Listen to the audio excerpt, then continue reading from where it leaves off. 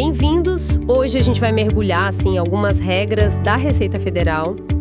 O objetivo é responder uma pergunta bem específica que muita gente tem. Afinal, o que é esse tal de CNO e quando exatamente eu preciso cadastrar minha obra nele? Olha, estamos aqui com trechos de instruções normativas da Receita, principalmente a IN 2110 de 2022. Ela é meio que a bíblia das normas gerais de tributação previdenciária, né? E tem outras mais recentes também. Nossa missão é, então, decifrar essas regras para entender a fundo essa obrigação do CNO, o Cadastro Nacional de Obras. Exato.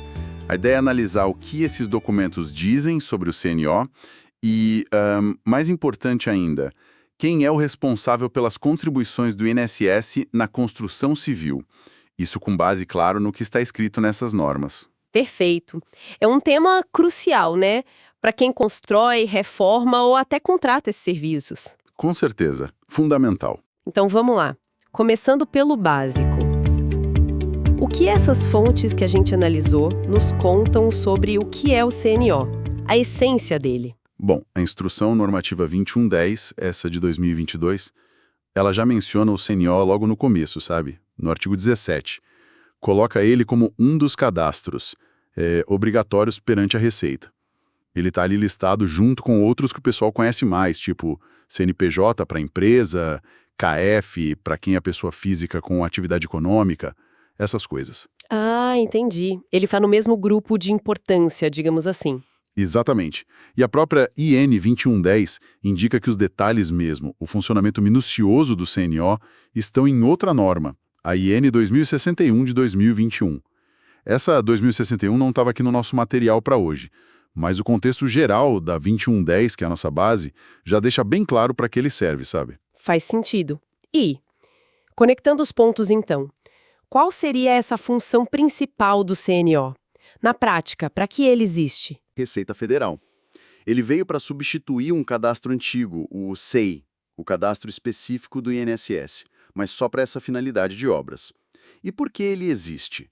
A razão principal é totalmente ligada à necessidade da Receita de controlar, calcular e garantir que o INSS sobre a mão de obra usada na construção seja pago direitinho. Ah, o INSS dos trabalhadores da obra. Isso. As contribuições sociais previdenciárias. Várias partes da norma reforçam isso, sabe? Quando mencionam a DCTF Web Aferição de Obras, que é uma declaração ligada a um sistema chamado Cero, e tem toda uma seção só sobre construção civil também. Fica claro que o foco é esse. Entendi. Então é como você disse, o RG da obra para a Receita poder fiscalizar o INSS. Isso já puxa outra pergunta, né? Quem é que tem que fazer esse cadastro?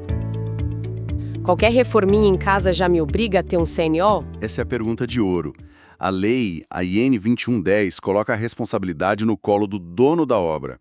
Ela é bem clara nisso, no artigo 2º. Ela diz que, para fins de INSS, o proprietário do imóvel, ou o incorporador, ou o dono da obra, mesmo que seja pessoa física, ele é equiparado a uma empresa.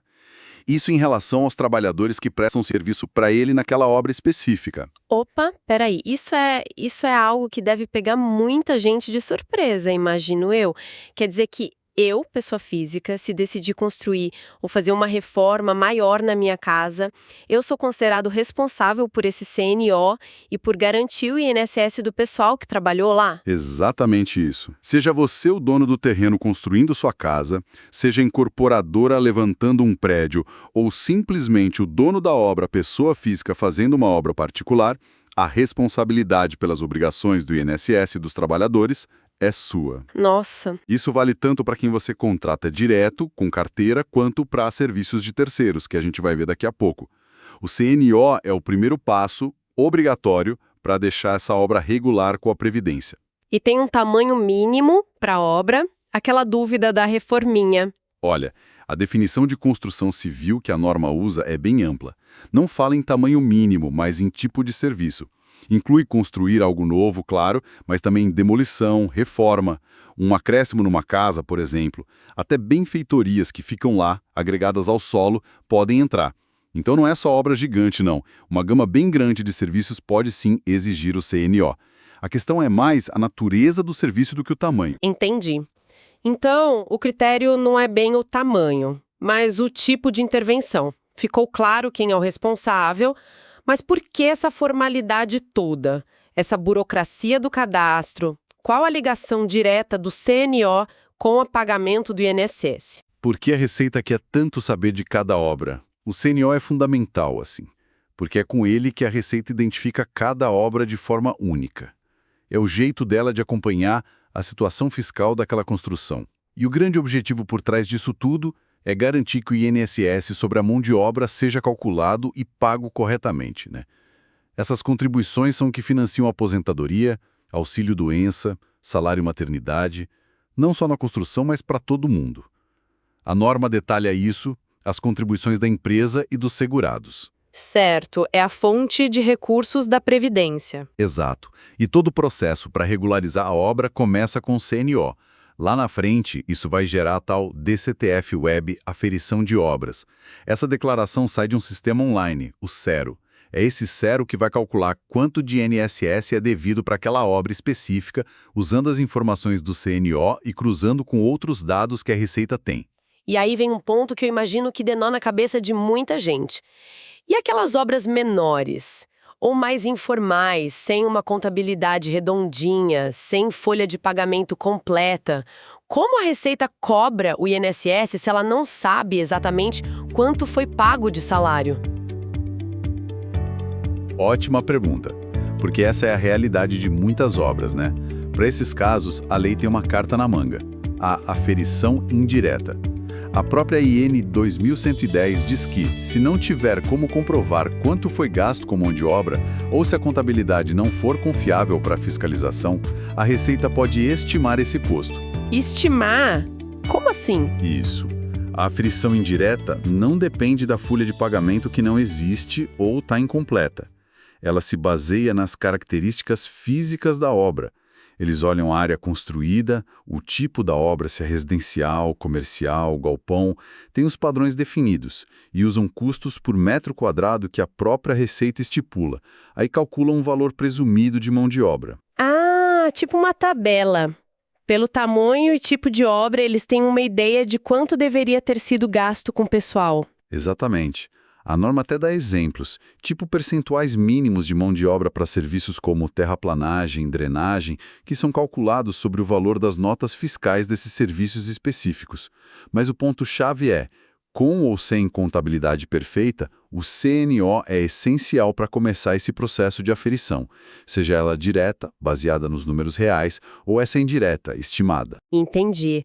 A Receita tem como calcular de um jeito ou de outro. É bom saber disso. Agora vamos para o outro lado. E se a pessoa não fizer? Ignorar o CNO ou não pagar o INSS que foi apurado? Quais são as consequências reais, as dores de cabeça práticas? As consequências podem ser bem chatas. Vão além das multas e juros sobre o valor devido, que é o básico, né? Um impacto muito direto, muito prático, é que sem regularizar a obra você não consegue a certidão negativa de débitos, a CND, específica daquela construção. E sem a CND da obra, o que acontece? Sem essa CND, que só sai depois que está tudo certo lá no CNO e no CERO, o dono simplesmente não consegue averbar a construção ou a reforma no cartório de registro de imóveis. Averbar. Isso significa o que na prática? Significa que, para o papel, para o documento oficial do imóvel, aquela construção nova ou aquela reforma grande, ela meio que não existe. O imóvel fica irregular no registro. Nossa. E quais os problemas disso? Vários.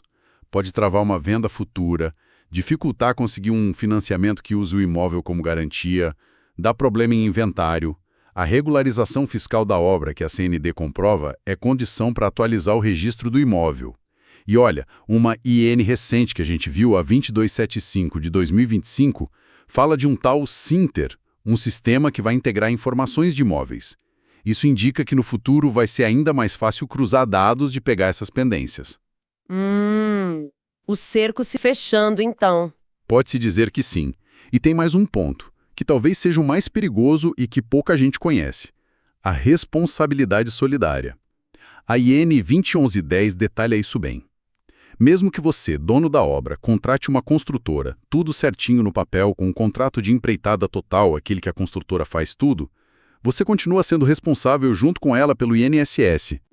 Como assim? Espera aí, essa parte é crucial. Você está dizendo que eu contrato minha empresa com CNPJ, nota fiscal, tudo bonitinho para fazer minha obra inteira. E se essa empresa não pagar o INSS dos funcionários dela que trabalharam na minha obra... A Receita pode cobrar de você, dono da obra. Mas isso é um risco gigantesco. Quer dizer que a responsabilidade não é só da construtora que eu contratei? Não na empreitada total. A lei diz que a responsabilidade é solidária. Contratante e contratado respondem juntos perante a Receita pelo INSS daquela obra. Se um não paga, o fisco pode ir atrás do outro. Meu Deus, isso muda completamente a forma de contratar uma obra? Muita gente deve achar que ao contratar uma empresa, o problema do INSS é só dela. É um erro comum e perigoso. Existem sim algumas formas de tentar se proteger. Verificar sempre a regularidade fiscal da construtora é uma. Em outros tipos de contrato, como na cessão de mão de obra ou empreitada parcial, tem aquela retenção de 11% na nota que funciona como uma garantia antecipada. Mas na empreitada total, a regra geral é essa solidariedade. O ideal é o contratante estar muito ciente disso e, se possível, colocar cláusulas no contrato que exijam da construtora a comprovação rigorosa de que o INSS da obra está sendo pago. É uma proteção a mais. Uau! Anotado. Informação valiosíssima essa. Bom, acho que deu para ter uma visão bem completa agora, né? Tentando amarrar tudo. CNO é o cadastro obrigatório na Receita para identificar a obra, essencial para o controle do INSS dos trabalhadores. O responsável principal é o dono da obra, mesmo pessoa física. Não fazer o CNO e não regularizar impede averbar a construção no registro do imóvel. E o ponto mais chocante, talvez, a responsabilidade solidária na empreitada total, onde o dono pode ter que pagar o INSS se a construtora não pagar. É isso? Síntese perfeita. Você pegou os pontos-chave, os mais críticos mesmo, que estão nas normas que a gente viu. E só para a gente terminar com uma reflexão, algo para pensar um pouco além do que a gente leu aqui, as normas falam muito de sistemas eletrônicos, né? E-Social, DCTF, WEG, Cero e até esse futuro Sinter para imóveis, tudo se integrando cada vez mais. A gente viu como a aferição indireta e essa regra da solidariedade podem ser complexas, principalmente para obras menores ou para pessoa física que não tem estrutura. A pergunta que fica é, com todo esse avanço da tecnologia, com esse cruzamento massivo de dados que está vindo, como isso vai impactar a fiscalização?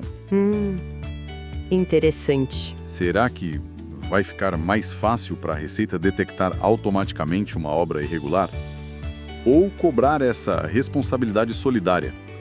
Será que a tecnologia vai tornar mais difícil alguém, digamos, passar batido por essas obrigações? Fica aí a reflexão sobre o futuro desse controle fiscal na construção civil. Excelente ponto para a gente fechar. A tecnologia, com certeza, vai mudar esse jogo ainda mais. Bom, com isso, a gente encerra essa nossa análise focada de hoje sobre o CNO e a obrigatoriedade do cadastro de obras. Esperamos que tenha ajudado a esclarecer as dúvidas. Agradecemos a pergunta que guiou nossa exploração por essas normas tão importantes da Receita. Foi um bom mergulho. Com certeza. Até a próxima!